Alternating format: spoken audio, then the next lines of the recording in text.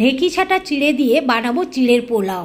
ভীষণ সুস্বাদু, ভীষণ স্বাস্থ্যকর। ঢেঁকি ছাটা চিড়েতে পাওয়া যায় আয়রন, একটু লালচে ধরনের হয়। ভালো করে ধুয়ে নিয়ে আমি কিছু সময় ভিজিয়ে রেখে দেবো।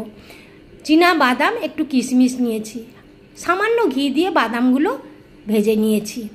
ছোটো চামচের 1 চামচ তেল, 1 চামচ ঘি দিয়ে জিরে ফোড়ন, পেঁয়াজ, কারি পাতা, গাজর, আলু, বরবটি, সামান্য লবণ দিয়ে সবজিগুলো ঢেকে ঢেকে নরম করে নেব।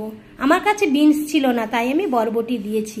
বারবার তেল দেবো না বলে মাঝখানে ফাঁক করে 2টো ডিম দিয়ে দিলাম। ডিমটা ভালো করে নেড়ে চেড়ে ভেজে এলে দিয়ে দেবো কিশমিশ, সামান্য হলুদ, একটু কালার আনার জন্য।